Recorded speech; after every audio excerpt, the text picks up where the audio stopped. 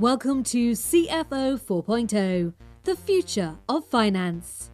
The CFO role is changing rapidly, moving from cost controller to strategic visionary.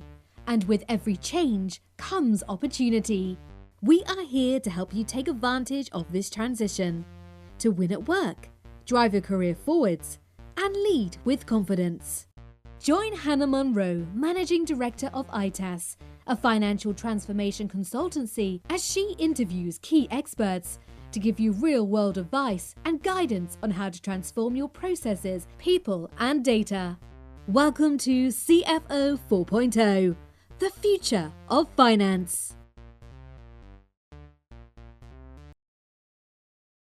So hello everybody and welcome to this episode of CFO 4.0. We actually have a bit of a blast from the past with Mr. Rob Jackson. So Rob was formerly VP of Finance Ops at Sage and has now moved into role as a senior consultant at Protiviti. So welcome back, Rob. So great to have you back on the show. Thanks very much, Hannah. It's great to be here. Yeah, it does feel like it's a long time ago now. It does. But it's nice to come back round, I guess, and do a refresher and talk about all of the things you've learned since. So yeah, exactly. The hair's a little bit grayer, a little bit further back on the head, all of that kind of stuff. Yeah, there's a few more wrinkles on this side as well. So it's not just you, Rob. It's not just you. So tell us, I guess, a little bit about some of the projects that you've been working on since we last talked.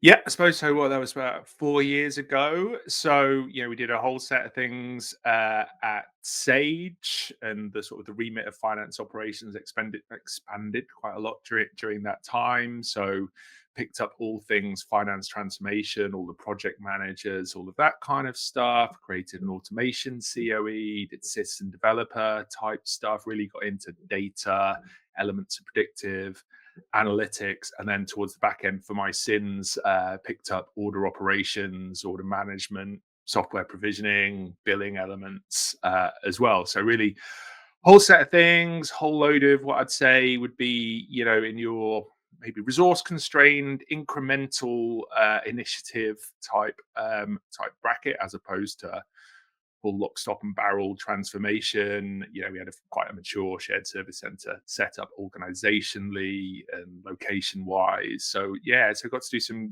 quite fun, innovative things, and leading a team of 475 by the end, which was really good fun. If you remember, I think I surprised you by banging on about people the whole time the last time, rather than technology or anything like that. So that was cool. And then had a little bit of a break, which was nice. And then got summoned/tempted out of my break by Protiviti. I'm now running a shared services setup program for a PE-owned UK client, which is really interesting. My first proper hands-on experience in private equity. I know you've been doing a series recently on sort of private equity CFOs and that kind of stuff. So getting to see the transformation side of private equity now. That sounds exciting. And I love that comment. So I'm just going to drill into one of the things you talked about there about driving incremental change, because I know a lot of the CFOs and finance leaders listening to this podcast would love to have the time and space to almost have a whole section of resource dedicated to finance change within their teams. But sometimes it just isn't practical, especially in those, SMEs or mid-market. So tell me a little bit about how you approach those incremental changes and driving change, perhaps without dedicated change resource. Yeah, I suppose I was a bit luxurious in Sage in that I did have dedicated change resource from that perspective. And maybe it's probably helpful, actually. So a former colleague of mine, a guy called Jamie Davis, who operates in the shared service space, wrote a good post on LinkedIn recently about, we call too many things transformation. And I tend to have the view that if you're not kind of ripping up your op model, if you're not transforming locations, moving sourcing model to outsourcing, or if you're not really fundamentally changing your platforms, it's not transformation.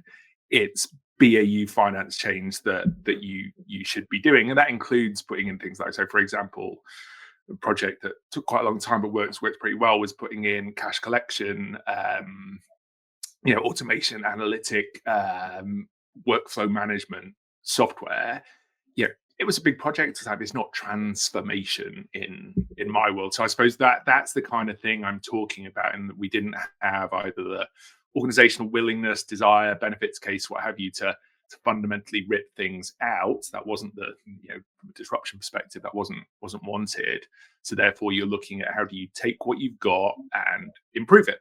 And I had, a small team of people who would help do that. But I think what's also important, I suppose, the heart of your question is, I think increasingly it's difficult to be a manager of a team, particularly in a shared services operational type field, if you're not change oriented yourself, right? The days of sort of managers who just run what they have, I think that's gone. You have to be both a change consultant and a people leader, I think, to really get the best out of teams and keep pushing progress within your team and improving processes, as well as delivering the sort of BAU outcomes that you need.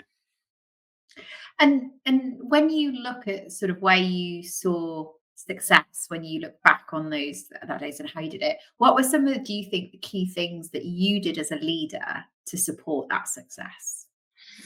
So I think it's really articulating the case for change at the top, and really making people focused around what is the problem that we are trying to solve. Because you can, particularly with technologies these days, they do a number of things. You can get really excited about either edge case things or just, it can also do this, and you lose sight potentially of actually fundamentally, you think about that cash collection thing. This is to improve our DSO, right? This is to collect more cash. And if we can do these other things, that's fine. But are we exploiting its technology to the fullest capability on the collection of cash? And I think as the sponsor leader, that keeping everyone focused on ultimately, like, this is the goal. Let's not get distracted. Let's not let perfect be the enemy of good, and all of those kind of things. I think that's important, because ultimately, I mean, I did a bit, but you shouldn't be the one going in saying, right, well, on work day 5, I want this done in so 5 days overdue, I want this done in communication. 10 days overdue, I want this. The team sort of develop and shape that, because they're much closer to the information. But you can be the one saying, I want a really sophisticated, well thought through dunning process as part of this thing that we can A/B test around and do things like that. You can set those parameters, and I think that helps the team then understand what's important. So being clear on the ultimate goal of whatever you're doing, as much as you want to maximize what the value of what you're delivering, actually really making sure you've been clear on the goals. And then, as you've said there, sort of giving the team parameters without getting into too much detail, and giving them the freedom to work within that space. Yeah, that's good. So you've said it in about 30 seconds, whereas I took 2 minutes. But yeah, that's good. Hey, my job is to sum up. If I've managed to sum it up, we've nailed it. So, and you talked a bit about really focusing on the why, and I love that. And you also said a really interesting comment around, perfection is the enemy of good, I think was the piece that you looked at. So tell us a little bit about some scenarios where you've had to, I guess, make decisions that move away from perfection around good enough to get things moving and get things pushed through. Yeah.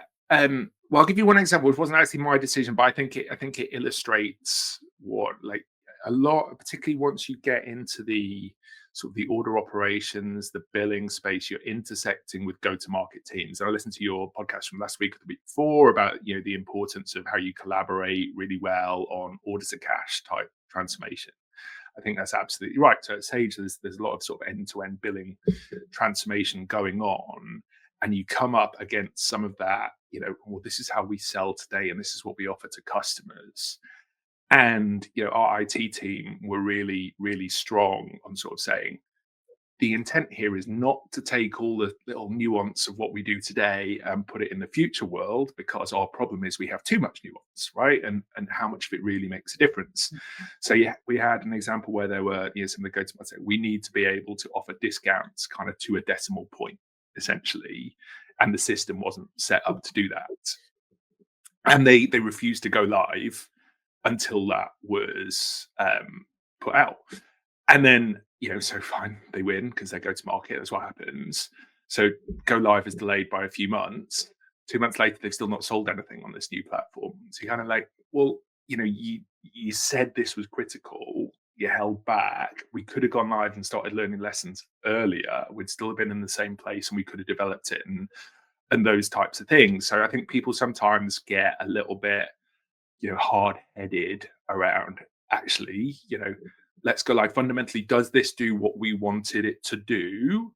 And then let's work on the sort of the cream, the 10% above that once we've gone live and learned some lessons, because inevitably something will come up that we hadn't thought about anyway. So we're going to have to do some of that stuff. So let's build it in there.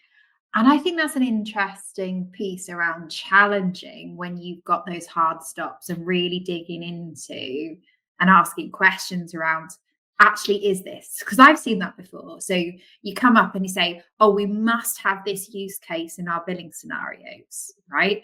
And when you ask the questions, well, how often do you have that use case? What percentage of your contract are sitting with that use case? And when they actually start digging, I always find it's really interesting, and people's assumptions around what they do and how they do it, even though they know it really well, isn't necessarily the reality once you actually start digging into the data that sits behind it. Yeah, it's like, should we hire someone who can speak French in the US in case a French Canadian customer calls and complains we need to, like, how many times we had a French Canadian customer call in French and been disappointed they couldn't speak to someone in French, so disappointed that they would complain to the local Canadian authorities and we'd get in trouble. Oh, that's never happened. Right. So shall we chill out then? Should we add that to the things that could happen but probably won't list? Yeah. And also, obviously Sage was a big beast, and you're managing so many different things and so many different, I guess, spinning so many plates. How do you figure out, and how do you think about which items to prioritize? Because I guess it can be, everything could be a priority when you've got people knocking on your door.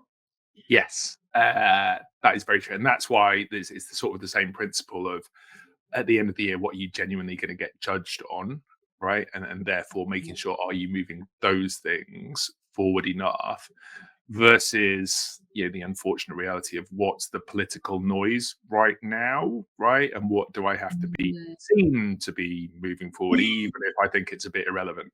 And it's judging that. And unfortunately, like, it's a cold hard fact. Once you get to a certain level, like, organizational randomness shapes a bit of how you spend your time. And if you don't spend it, as I've learned various times in my career, you end up getting hit by it anyway.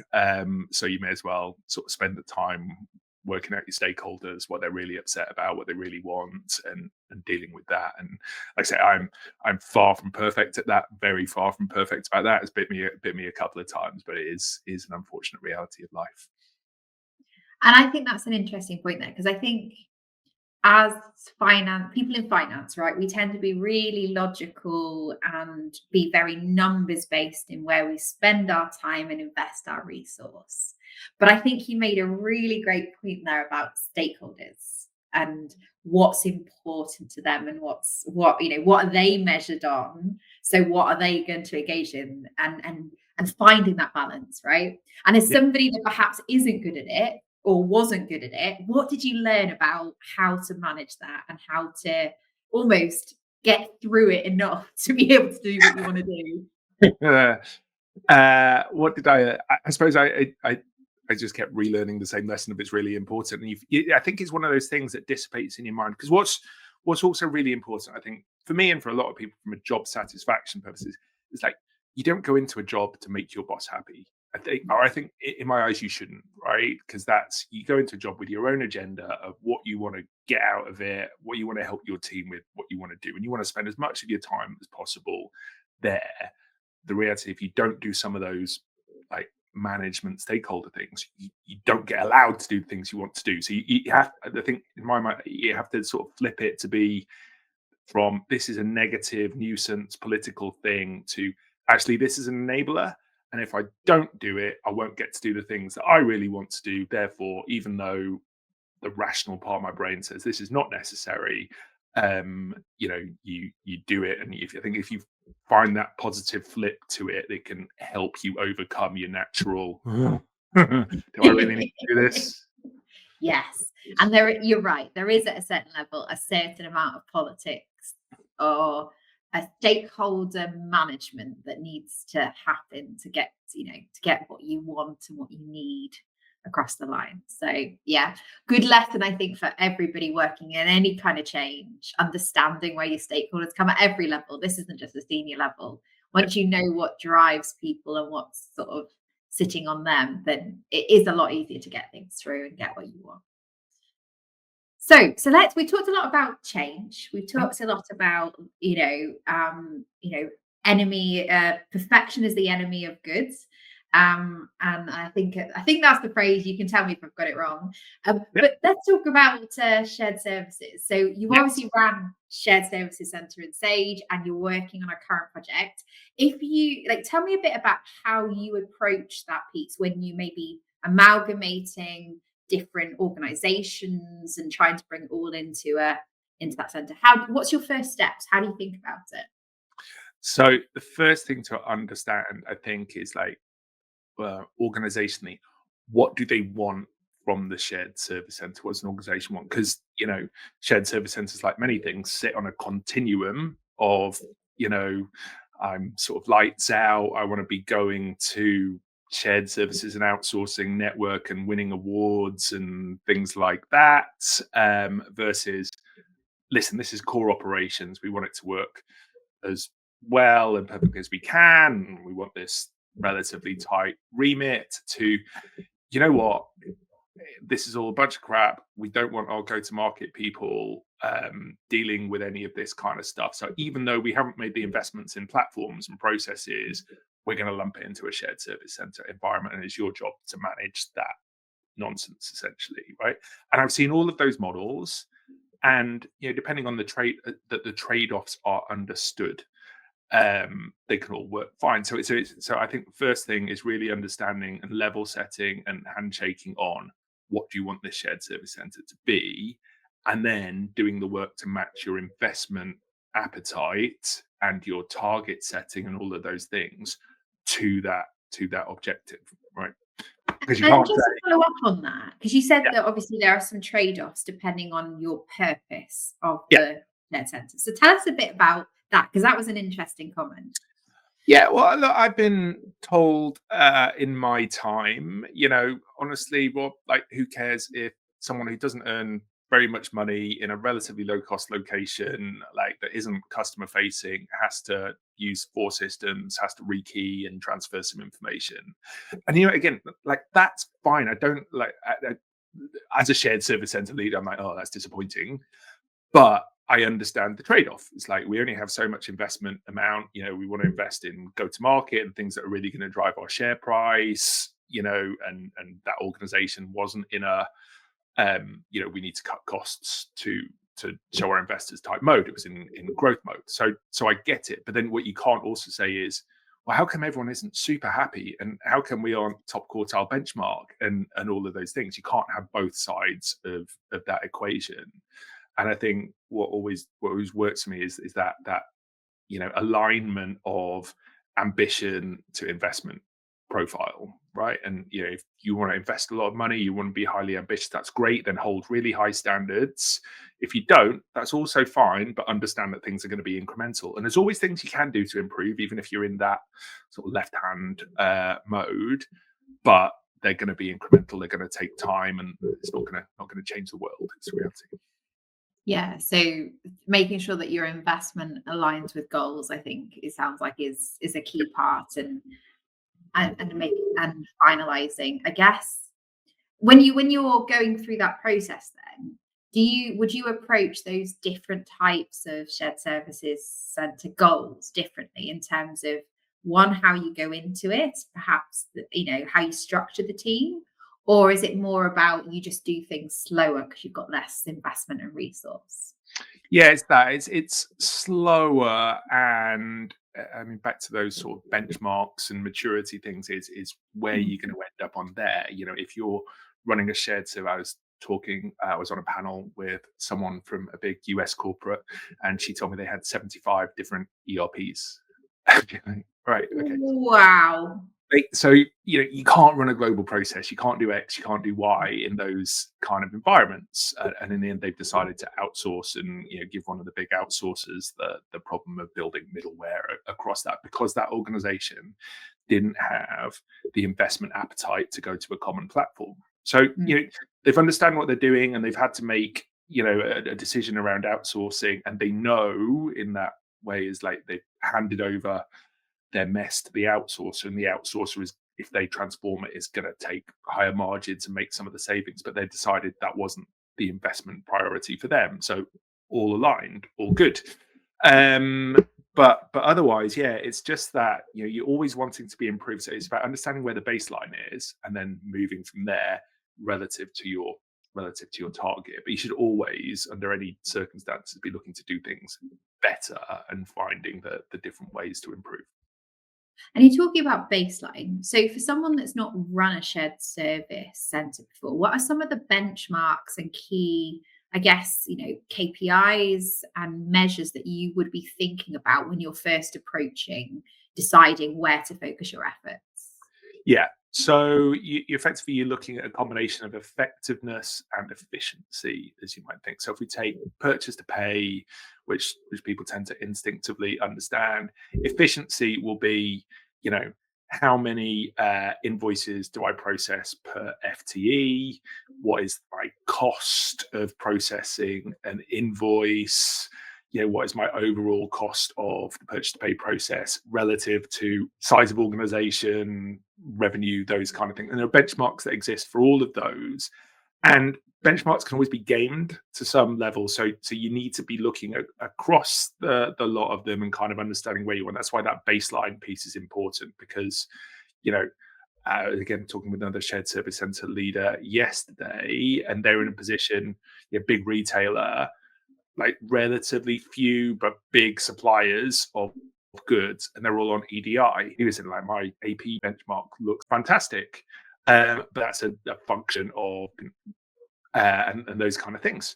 So there's the efficiency piece, and then there's the effectiveness. So again, staying in purchase to pay, it's really like payment on time. So how am I tracking how I do in paying suppliers versus the invoice terms that are loaded in the system?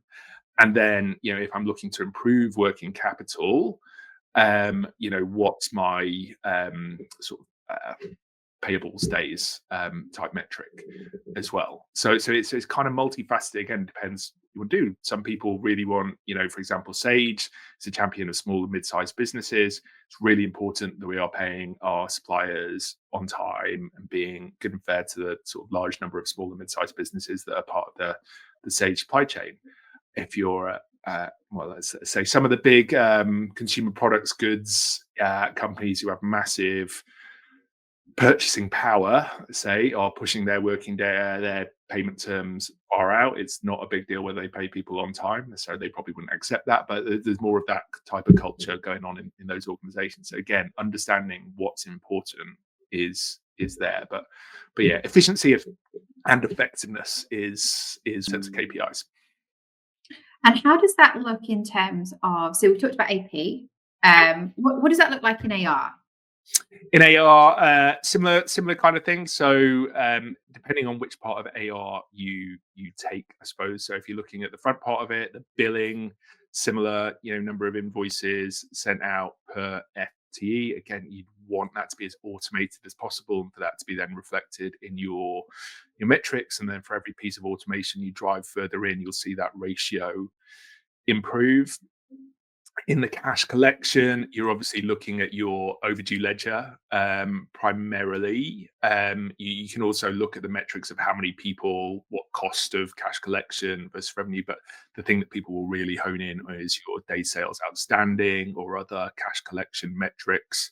So how are you improving that, tracking that, being as scientific as you can around how that works? To the extent that I had actually one of my managers in South Africa at Sage had managed to sort of get individual day sales outstanding targets, which is then that really helps everyone understand how they're doing versus what the organizational goals are. And then the cash application, more about like what's your unapplied cash balance? What's sort of the turnover of that? Is that a fresh cash application balance of, you normally get it closed within a 2 to 3 day cycle, or have you got cash remits that you're not able to apply to an open invoice for days, weeks, months on end, and therefore you got a process problem? And how do you identify what you want to do about that process problem further up the value chain? So there's always an efficiency metric, and there's always an effectiveness metric.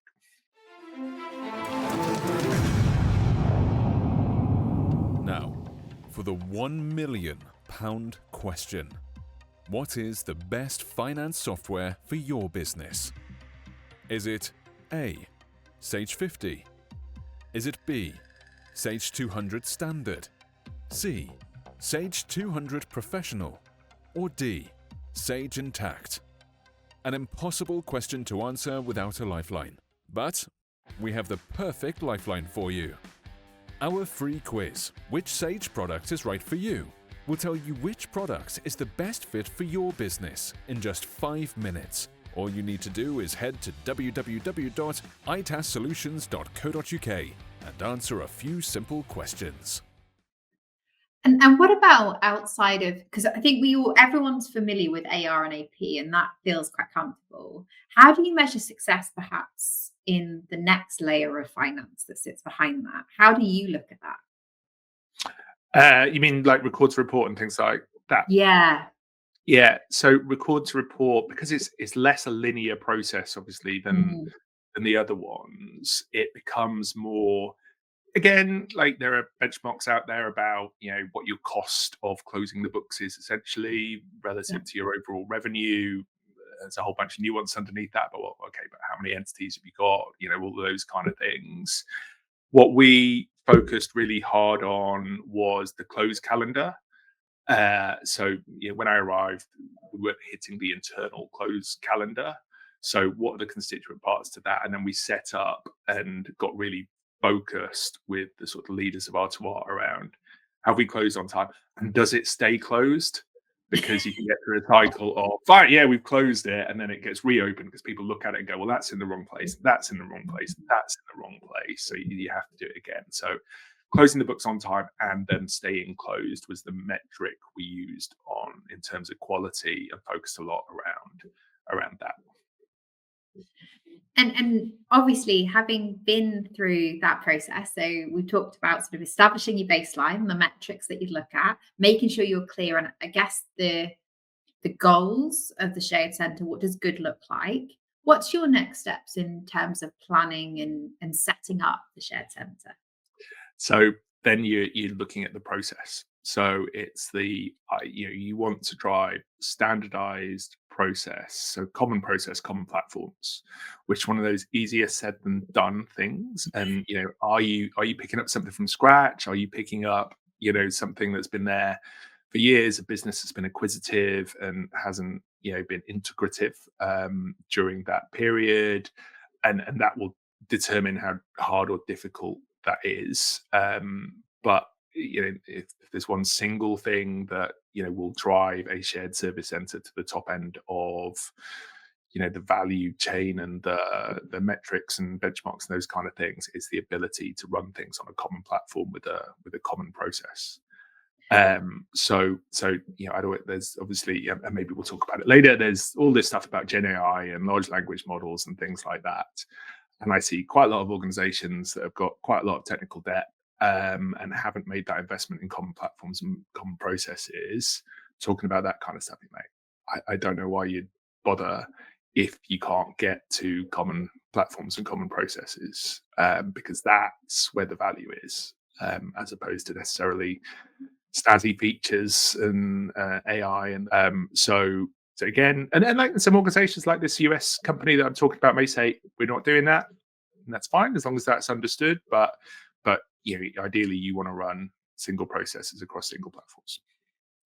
And what I guess one of the challenges with that is managing the contrasting complexities, especially if you've got like maybe a highly acquisitional company that's bringing on new entities. So how do you approach, I guess, the simplification and assessment of the complexity of entities that you're bringing on board to that shared service centre?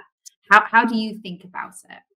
Yeah, I start hard, I suppose. I think is because my entire lived experience is no one's as complex as they think they are, and things that in their experience are complex are actually not. And you find yourself talking about edge cases rather than the majority of the process. So, Sage was highly and is continues to be highly acquisitive, and you sort of pick up some smaller businesses that come in like, oh, you can't do this, you can't do that, and actually in most cases you absolutely can.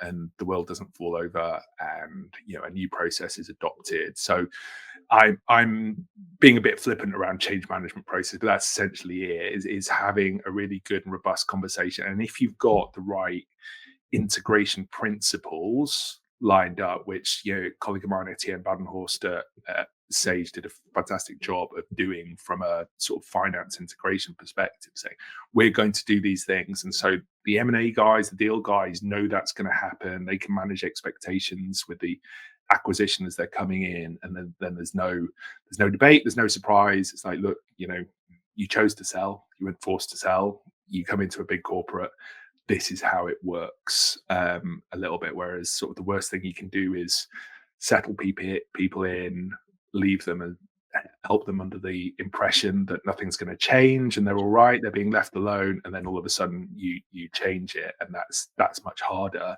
than if you're really transparent and honest at the start of the journey.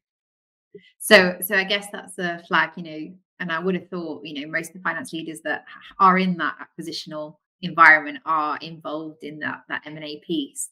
They're making sure that you're having conversations about expectations around systems and processes as they shift across, as a key piece to make sure nobody's disappointed when they're in the middle of that robust conversation. I like that terminology, that robust conversation.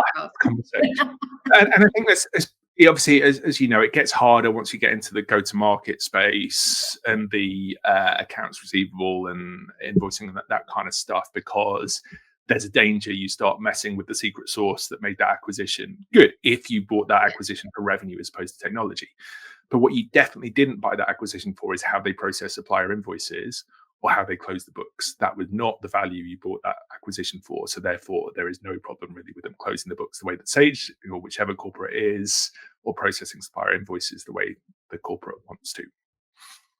And obviously, as you said, part of any finance team is supporting the go-to-market, right? And very often, how do you balance, I guess, the complexity or the value of complexity in terms of winning revenue versus the complexity that adds to your team and finance processes? How do you sort of assess which ones you say yes to and which ones you go, maybe not? Yeah, it's a combination of politics and pragmatism and data, I think, between all of that. You never want to, I think, as a shared service center director, end up on someone's management accounting commentary as the reason we're off this month is because X associated with this process. It's not a place you want to be. So, you touched on it earlier. It's like being data driven around, okay, well, tell me about the numbers associated with this change. What do you mean by it? And then comparing it to what your red lines are. I think so. One of the most obvious areas in that space of conflicting metrics and performance management targets essentially is around cash collection and customer success. So if you're in a business where sort of credit terms are available and you may be at sort of large enough values that people on direct debits and those kind of things, people are a bit late paying, that the credit controller, i.e. the sort of function that rolls up into me, is targeted around good cash collection, DSO, those kind of things. Customer success are targeted around keeping the customer happy. And I get told customers aren't happy about paying. Okay, but they don't pay. They're not a customer. So let's find the right balance. And I will not say those conversations are not frequently a bit fractious, but like finding the right approach that puts the customer at the heart of things, because that is really important, but also recognizes that, every quarter, every half year, when we publish our reports, like, our cash metrics are front and center of that. So we have to be disciplined and strong around that. I think that's really the area I've seen the most tension.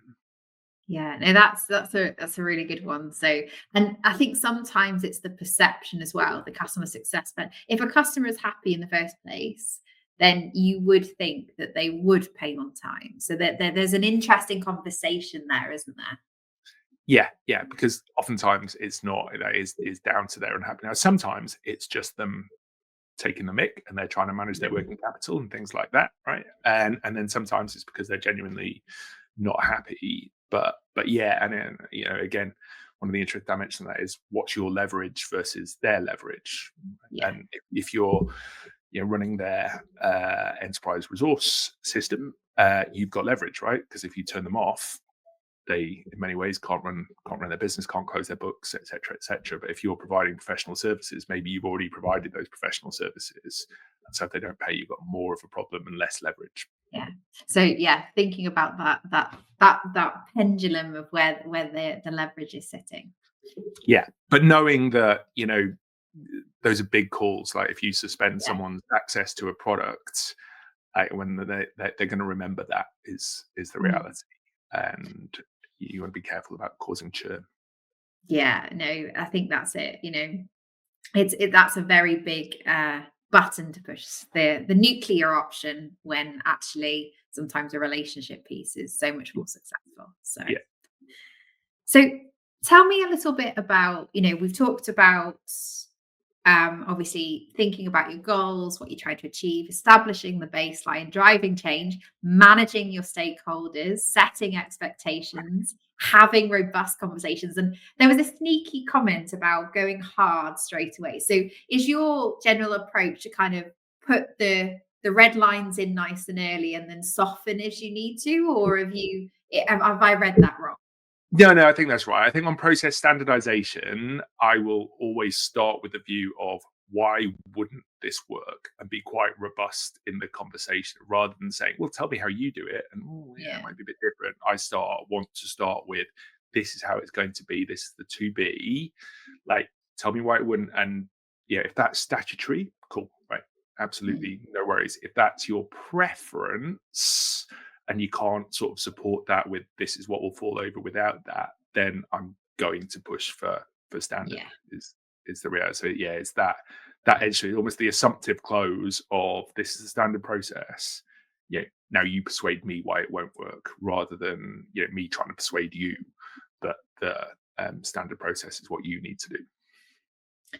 And if you had to give maybe a new shared service manager, somebody setting up a new shared services center, some advice, what would be your top things to think about when you're going through that process? Sort of hints and tips. Yeah. So I mean, one of them fundamentally common process, common platforms. Like drive to that, make that your sort of fundamental design principle, and where you have to be pragmatic and make compromises on that, then understand whether that is a permanent compromise or a temporary compromise, and if it's a temporary compromise, who is on the hook to fix you up with that compromise. So really clear handshakes on where you've got diversions from that.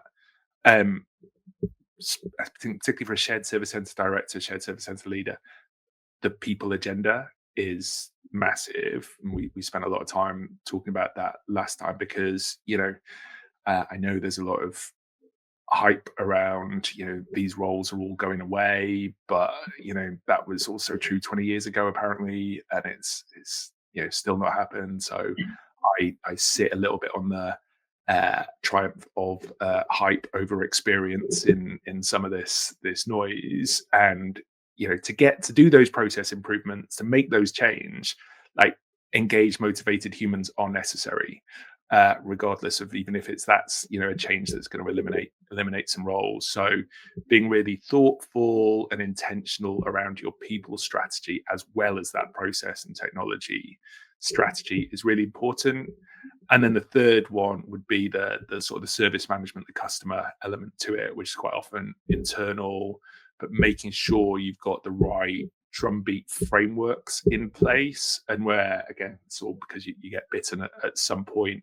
Where I got to was like setting up monthly calls with your sort of regional FDs, entity FDs, those kind of things. Really helpful. Sometimes they would only be 5 minutes. Sometimes the FDs wouldn't turn up. Sometimes there'd be really good long conversations, all of which is fine. But what the 5 minute and the not turning up conversation gives you from a political risk perspective is the FD can't say they didn't have the chance to discuss service with you and shared service center performance with you, and so therefore it's very difficult for them to make noise about not being happy with the service or other, because they've not taken you through it, and you've given them a monthly mechanism to do that. So that would be the other tip I'd give to shared service center directors: make sure they've got something, not just ongoing loose conversations, but something that's structured in the calendar to talk about shared service center performance. No, that's amazing, Rob. And as it was before, this has been a fabulous episode. And I really like the fact that it's a different perspective from what we talked about last time. So if you haven't, to our listeners, if you haven't listened to our previous episode, which was, as Rob said, a lot more people focused, please go back, because obviously those two things go hand in hand when you're looking to drive this change. So Rob, thank you so much for coming on again and sharing, I guess, not just your new learnings, but I guess a new direction that you're going in. If people want to learn more about yourself and what you guys do, where can they find you? I mean, LinkedIn's probably the easiest place to go. So I'm on there.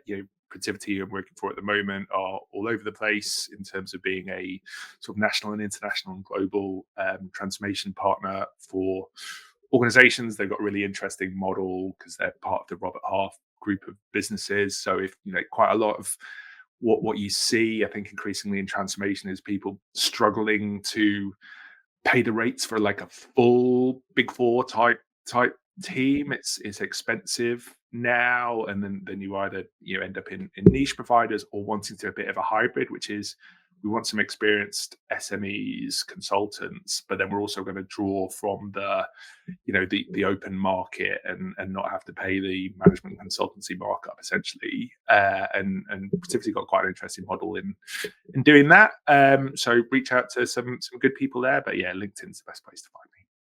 Fantastic. Well, thank you so much, Rob. And to our listeners, if you have enjoyed this, perhaps some questions I should have asked Rob that we didn't quite get to, and some more deep diving that you would like, then please do reach out to me. And I'd love to hear your thoughts, your further questions, and what other topics you think we should explore on this topic of shared service centres. So thank you so much, Rob. And thank you to our listeners. And we'll see you next time on the CFO 4.0 podcast.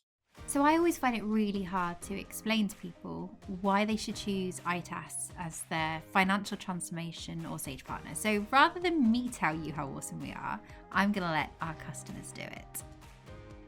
So we decided to go with ITAS because when we were looking for a partner, we felt that they not only took the time to understand our business and they knew the needs of everyone on the team or everyone that would be using the system, but they also were very transparent in kind of what they could do, what they couldn't do. And prior to having us, sign anything or make any agreements, they held meetings with us to walk them through our processes and our business so that they really understood everything that would need to be done and give us realistic timelines as well. And another thing was, because we were so new and we didn't have a current system going, we were looking for something that we could implement rather quickly, but also do it correctly. And we felt that ITAS would be able to achieve both of those in terms of, understanding our business and implementing it how we wanted it, but also doing it in our rather quick timeline.